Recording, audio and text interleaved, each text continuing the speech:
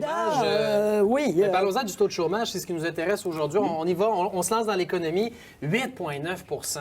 Tout d'abord, vous réagissez comment? Je vais vous laisser la parole, M. Marchand, en premier, quand vous voyez un chiffre comme ça, et surtout, qu'est-ce que vous allez proposer dans votre plateforme, dans votre circonscription, pour relancer l'emploi? Bien, je pense que ça nous montre que l'économie basée sur le pétrole, ça ne marche pas.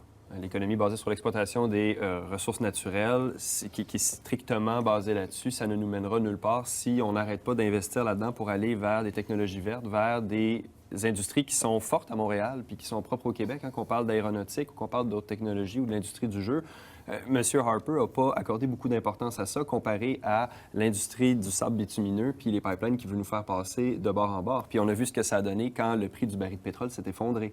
C'est l'ensemble du pays qui a payé et le Québec en a pâti encore plus. Et là, le taux de chômage est si élevé qu'on voit ça comme une grande catastrophe, mais c'est 10 ans de laisser aller, en fait, auquel on fait face en ce moment. Et ce que le Bloc demande, c'est d'arrêter tout investissement dans les sables bitumineux et d'aller réinvestir en aéronautique, d'aller investir dans nos fleurons québécois, qu'on pense à Bombardier notamment, d'aller donner des crédits d'impôt pour la recherche, pour la création d'emplois, pour permettre à Bombardier d'amener la C-Series à terme, de permettre à l'industrie du jeu de continuer de fleurir et de grandir à Montréal, que ce soit aussi les industries cinématographiques, les effets spéciaux. On a des cerveaux, on a des gens ici qui créent des choses extraordinaires, mais tout le travail qui se fait au niveau fédéral en ce moment, c'est l'exploitation de nos ressources. Au-delà de l'infrastructure verte, on a une position claire à dire non seulement on veut aller vers les infrastructures vertes, mais on veut que les partis s'engagent clairement en disant non, on n'aura pas de pipeline au Québec. Puis je pense qu'il y a juste le Bloc, encore une fois, qui a une position claire là-dessus, qui dit on ne pose pas de conditions pour que ça devienne acceptable socialement, on ne pose pas de conditions pour qu'un jour ça se réalise, on dit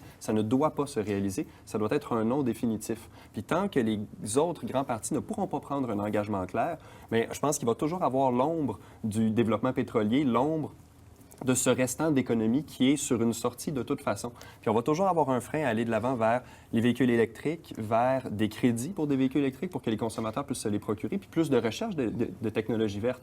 On a eu le Fonds des énergies vertes qui a été mis en place. Le Québec en a financé à peu près 25 on en a retiré 4 Le reste, c'est allé où? C'est allé à Shell pour des technologies de capture de gaz à effet de serre pour ces pipelines, pour pouvoir se donner bonne conscience. Des PME, parce qu'à Montréal, c'est difficile.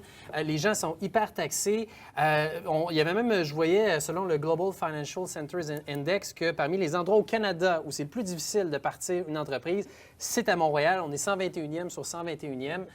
Comment allez-vous faire pour aider les PME? Bien, je pense qu'il faut simplifier le travail des PME. Déjà, on propose de réduire leur taux d'imposition, puis c'est important, c'est quand même une forte majorité des emplois qui sont créés par des PME au Québec et au Canada. M. Husny parlait tout à l'heure de réduire la paperasse, et je n'ai entendu aucun des partis encore prendre position sur une proposition concrète du Bloc québécois, qui est de couper un des deux rapports d'impôt pour avoir un rapport d'impôt unique. Il faut avoir fait un rapport d'impôt dans une PME pour comprendre à quel point c'est du trouble pour des entrepreneurs, puis c'est du temps perdu qui pourraient passer à développer leurs affaires sur Internet ou en exportation. Absolument. Et il faut que ce rapport d'impôt-là soit aboli au fédéral, qu'il soit fait au provincial, qu'il n'y en ait qu'un et qu'il soit géré par le Québec pour qu'on puisse quand même garder un levier de négociation avec Ottawa.